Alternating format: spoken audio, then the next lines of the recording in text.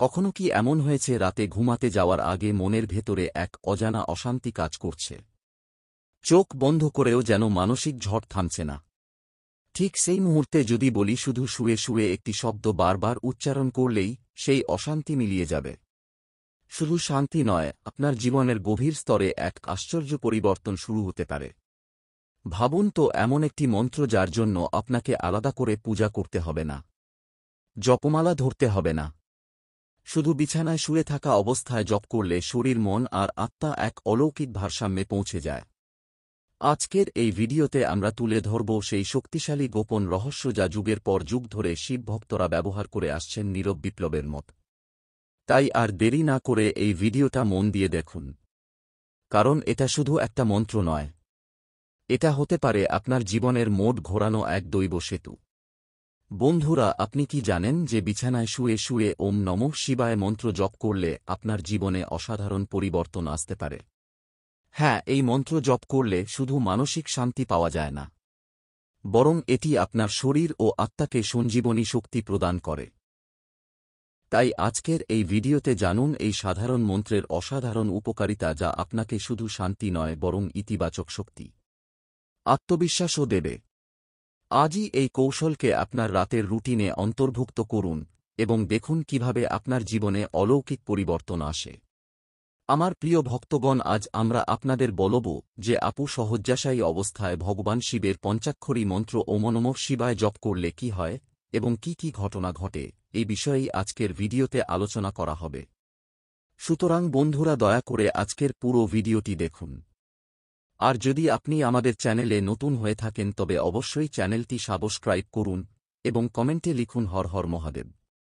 তো বন্ধুরা, চলুন শুরু করা যাক ভিডিওটি। এই মন্ত্রের জপ মাত্র 108 বার করলেই, গুরু ছাড়াই, ব্রহ্মচর্য ছাড়াই, আপনি এমন কিছু পাবেন যা আপনাকে বিশুদ্ধ করবে। এই মন্ত্র নিজেই একটি মহাশক্তিশালী মন্ত্র, এর কোনো তুলনা নেই। এই মন্ত্রের দেবতাকে মৃত্যুর দেবতাও বলা হয়, কারণ স্বয়ং মৃত্যু যার অধীন তিনি এই মন্ত্রের অধিষ্ঠাতা। তার ইচ্ছাতেই এই সমগ্র মহাবিশ্ব পরিচালিত হয়, আর তার ইচ্ছাতেই সমস্ত জীবজগতের পালন হয়। আর এই মন্ত্রের দেবতা হলেন কালীদেরও কাল, মহাকাল, অর্থাৎ স্বজন ভগবান শিব। বন্ধুরা, ভগবান শিবের এই মন্ত্র যার বিষয়ে আমি এখন বলবো সেটি হল ওম নমঃ শিবায়ের মন্ত্র। অনেকেই এই মন্ত্রকে হালকাভাবে নেন এবং অনেকেই এই মন্ত্রের প্রকৃত মাহাত্ম্য বোঝেন না। আমিও একজন সত্যিকারের শিব ভক্ত এবং আমি নিজেও বহুবার এই মন্ত্রের জপ করেছি এবং আমি এই মন্ত্রের শক্তি ও সিদ্ধি লাভ করেছি। ভগবান শিবের কৃপায় আমার সমস্ত কাজ সহজে সফল হতে শুরু করেছে, কারণ আমি এই মন্ত্র জপ করেছি। তাই আমার অভিজ্ঞতার ভিত্তিতেই আজ আমি আপনাদের বলব যে কিভাবে এই মন্ত্র আপনার জীবনকে পরিবর্তন করতে পারে, কিভাবে এটি আপনার শারীরিক, মানসিক ও পার্থিব জীবনে রূপান্তর নিয়ে আসে। ওম নমঃ শিবায় মন্ত্রটি 6টি অক্ষর নিয়ে গঠিত, তাই একে স্বরাক্ষরী মন্ত্র বলা হয়। যদি এই মন্ত্র থেকে ওম শব্দটি বাদ দেওয়া হয় তবে এটি 5টি অক্ষরের হয়, যাকে পঞ্চাক্ষরী মন্ত্র বলা হয়। যে কোনো মন্ত্র জপ করার আগে যদি ওম শব্দটি জুড়ে দেওয়া হয় তবে সেই মন্ত্রের শক্তি বৃদ্ধি পায় এবং সেই শক্তি ব্রহ্মা, বিষ্ণু এবং শিবের সাথে যুক্ত হয়। ফলস্বরূপ এই মন্ত্রের সিদ্ধি দ্রুত লাভ হয়। তাই যে কোন মন্ত্র ওম শব্দ যোগ করেই তার নিয়মিত জপ করা উচিত। অনেক সময় কোনো মন্ত্রের আগে ও পরে ওম যোগ করে জপ করা হয়, এতে মন্ত্রের শক্তি সুরক্ষিত থাকে। এখন কথা হল, যদি আপনি শুয়ে শুয়ে এই ওম নমঃ শিবায়ের মন্ত্র জপ করেন তবে আপনি কি কি পাবেন? বন্ধুরা, প্রথমে এটি জেনে রাখুন যে ভগবান শিবের এই ওম নমঃ শিবায় মন্ত্র এমন একটি মন্ত্র যা ব্রহ্মাণ্ডের শ্রেষ্ঠ মন্ত্রগুলির মধ্যে গণ্য করা হয়। যেমন নবান্ন মন্ত্র, দ্বাদশ মন্ত্র, অষ্টম মন্ত্র, গায়ত্রী মন্ত্র, মহামৃত্যুঞ্জয় মন্ত্র এবং বেদের অন্যান্য মন্ত্র। এই সমস্ত উচ্চস্তরের মন্ত্রের মধ্যে ওম নমঃ শিবায় মন্ত্র অন্তর্ভুক্ত। আর এই মন্ত্র এতটাই শক্তিশালী ও অলৌকিক যে এর সম্পর্কে কিছু বলা মানে সূর্যকে প্রদীপ দেখানোর মতো। তবে এটি নির্ভর করে যে আপনি এখনো পর্যন্ত এই মন্ত্র কতটা জপ করেছেন এবং আপনার জপ দ্বারা এই মন্ত্রটি জাগ্রত হয়েছে কিনা। যদিও সাধারণভাবে বলা হয় যে আপনি যদি কোন মন্ত্রকে বিছানায় শুয়ে শুয়ে জপ করেন তাহলে সেটি সিদ্ধ হয়ে যায়, কিন্তু বন্ধুরা এই কথা পুরোপুরি সত্য নয়। দেখুন, এই ব্রহ্মাণ্ডে যত মন্ত্র আছে, যত তন্ত্র আছে, সেগুলো সকলেই ভগবান শিবের দ্বারাই উৎপত্তি করা হয়েছে।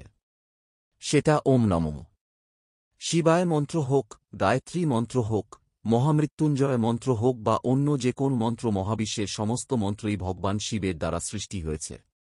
তবে এখানে এই কথাটিও বুঝে নেওয়া উচিত যে সাবর প্রকৃতির মন্ত্রগুলো ভগবান শিব দ্বারা সৃষ্ট নয়। তাই সাবর মন্ত্র অল্প কয়েকবার জপ করলেই সিদ্ধ হয়ে যায়। অন্যদিকে বৈদিক মন্ত্রের সিদ্ধি তখনই হয় যখন আমরা সেই মন্ত্রকে উৎকল করি, অর্থাৎ মন্ত্রের উপরে যে লোক বা বন্ধন থাকে তাকে সরানোর পরেই সেই মন্ত্রসিদ্ধির দিকে এগো। মন্ত্র উৎকরণের জন্য আমাদের শাস্ত্রে যে পদ্ধতি বলা হয়েছে তা অনুসরণ করেই মন্ত্রকে উৎকরণ করতে হয়। আরেকটি উপায় হল আপনি মন্ত্রের এত বেশি জপ করুন, এত বেশি জপ করুন যে মন্ত্রের উপরে বাঁধন যেন নিজেই ভেঙে পড়ে। এতে মন্ত্র শুধু উৎকল হয় না, বরং মন্ত্র তার নিজের সিদ্ধির দিকেও অগ্রসর হয়। এমনিতেই যখন আপনার মন্ত্র সিদ্ধ হয়ে যায় তখন আপনি বহু অভিজ্ঞতা লাভ করেন, অনেক উপকার পান এবং সবচেয়ে বড় লাভ হল আপনি আপনার ইষ্ট দেবতার দিব্য দর্শন লাভ করেন।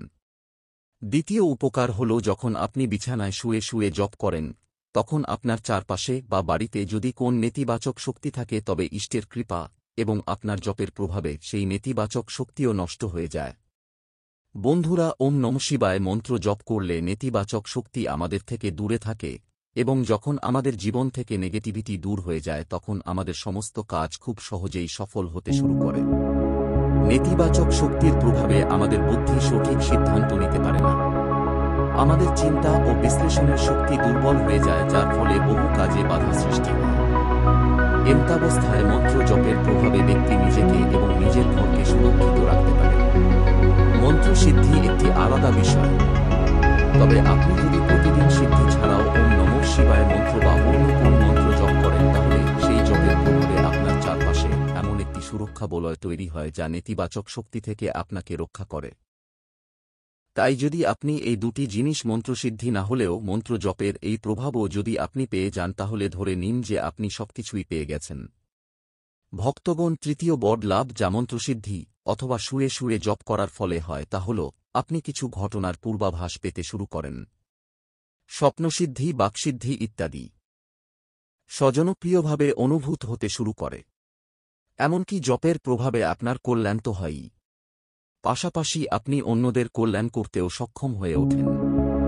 বন্ধুরা, জপের প্রভাবে আপনার মধ্যে এত শক্তি জন্ম নেয় যে আপনি অন্যের নেতিবাচক শক্তিও দূর করতে পারেন, তার সমস্যার উৎস খুঁজে বের করতে পারেন এবং তার সম্পর্কে সবকিছু বলতে পারেন।